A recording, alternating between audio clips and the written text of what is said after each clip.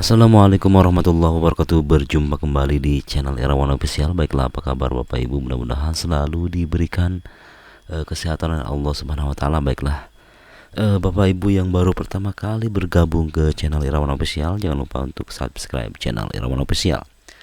Baiklah, di sini ya baru-baru sudah diumumkan untuk Undang-Undang ASN tahun 2023. Bahkan ada informasi ada honorer diangkat menjadi PNS, yang tua jangan ikut berharap ya. Baik, dikutip dari gpnn.com, banyak tenaga honorer ya yang terkecoh saat mencari informasi mengenai Undang-Undang ASN tahun 2023 sebagai pengganti Undang-Undang Nomor 5 tahun 2014 tentang aparatur sipil negara. Terpantau di mesin pencari Google masih banyak penggunaan kata pencarian Undang-Undang ASN 2023 yang berformat PDF atau RUU ASN 2023 PDF. Terdeteksi sejumlah media online menyantumkan link RUU ASN pada ulasan berita terkait pengesahan Undang-Undang ASN tahun 2023 ya. Begitu link RUU ASN PDF yang dipasang media online itu diklik, memang ada tampilan RUU perubahan atas Undang-Undang Nomor 5 tahun 2014 tentang aparatur sipil negara yang bersumber dari situs resmi DPR RI.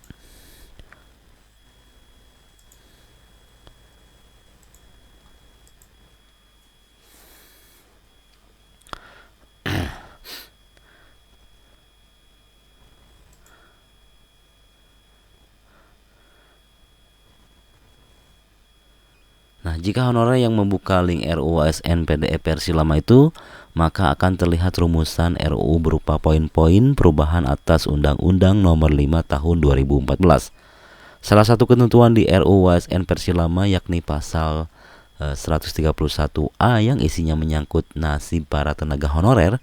Salah satu poin di RUU ASN versi lama itu dinyatakan bahwa di antara pasal 131 dan 132 ya disisipkan satu pasal yakni 131A yang berbunyi sebagai berikut.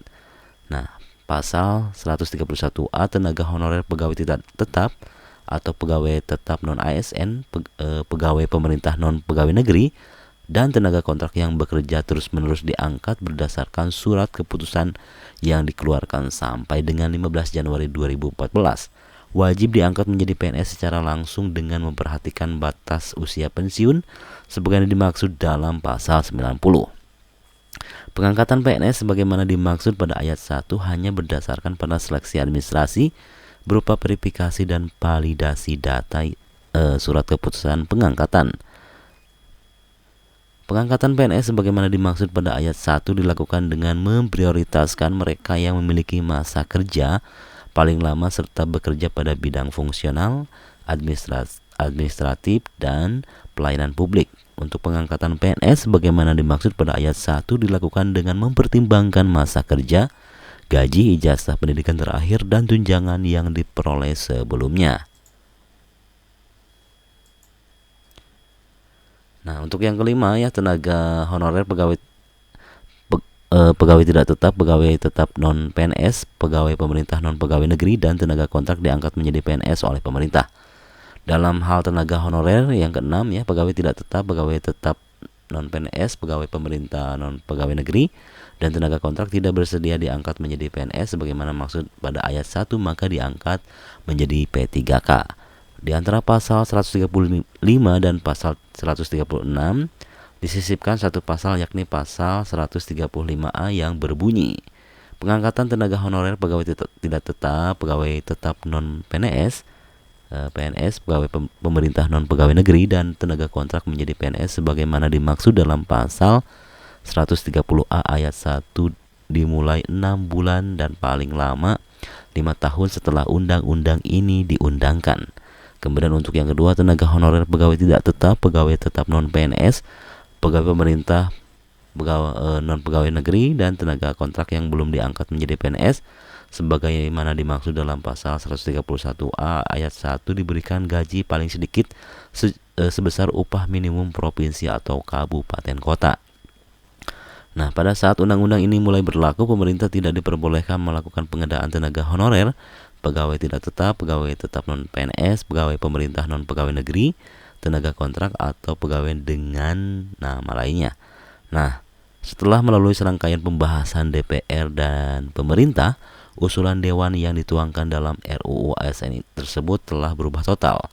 Pada pembahasan di tingkat panja, usulan DPR itu ditolak pemerintah dengan menggulirkan wacana honorer yang menangani pekerjaan tertentu seperti petugas kebersihan diangkat menjadi P3K part-time atau P3K paruh waktu. Kemudian Sekretaris Kemenpan RB Rini Widiantini menegaskan memang RUU ASN 2023 yang diketok palu menjadi undang-undang pada 3 Oktober 2023 tidak ada pasal pengangkatan honorer menjadi PNS seperti tertuang di RUU ASN versi lama. Nah, ini perlu diketahui ya Bapak Ibu. Jadi kesimpulannya tidak ada pengangkatan honorer menjadi PNS seperti tertuang dalam RUU ASN versi lama. Tidak ada pasal itu, kan adanya P3K penuh waktu dan paruh waktu, ujar ini. Nah, hal tersebut senada disampaikan Menpan RB Azwar Anas. Dia mengatakan honorer akan diselesaikan melalui mekanisme P3K penuh waktu maupun P3K paruh waktu. Namun, mantan Bupati Banyuwangi 2 periode itu mengakui memang ada honorer yang bisa diangkat menjadi PNS jika memenuhi persyaratan perundang-undangan, itu pun lewat mekanisme tes ya. Jadi Menteri Anas mencontohkan honorer Satpol PP yang akan diselesaikan melalui pengangkatan menjadi P3K dan PNS. Satpol PP usia 35 tahun ke atas diselesaikan lewat jalur P3K.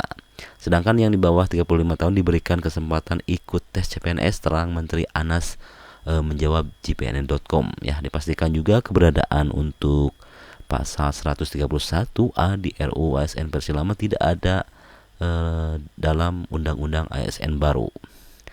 Nah, itulah informasi yang cukup menegaskan ya untuk para honorer yang saat ini. Memang untuk undang-undang ASN di tahun 2023 ini tidak ada kata atau bahasa honorer diangkat menjadi PNS atau P3K menjadi PNS ya secara langsung atau tanpa tes, tetap harus melalui mekanisme yang telah ditentukan oleh pemerintah ya. Hal ini Menpan RB, PKN dan instansi lainnya ya yang bekerja sama dalam Panselnas. Nah, baiklah, terima kasih. Mudah-mudahan bermanfaat untuk Bapak Ibu. Tetap semangat ya. Jangan terpengaruh dari berita-berita hoax, kemudian ikuti alurnya dan tetap berusaha untuk menjadi yang terbaik dan mudah-mudahan menjadi ASN di tahun 2023 ini.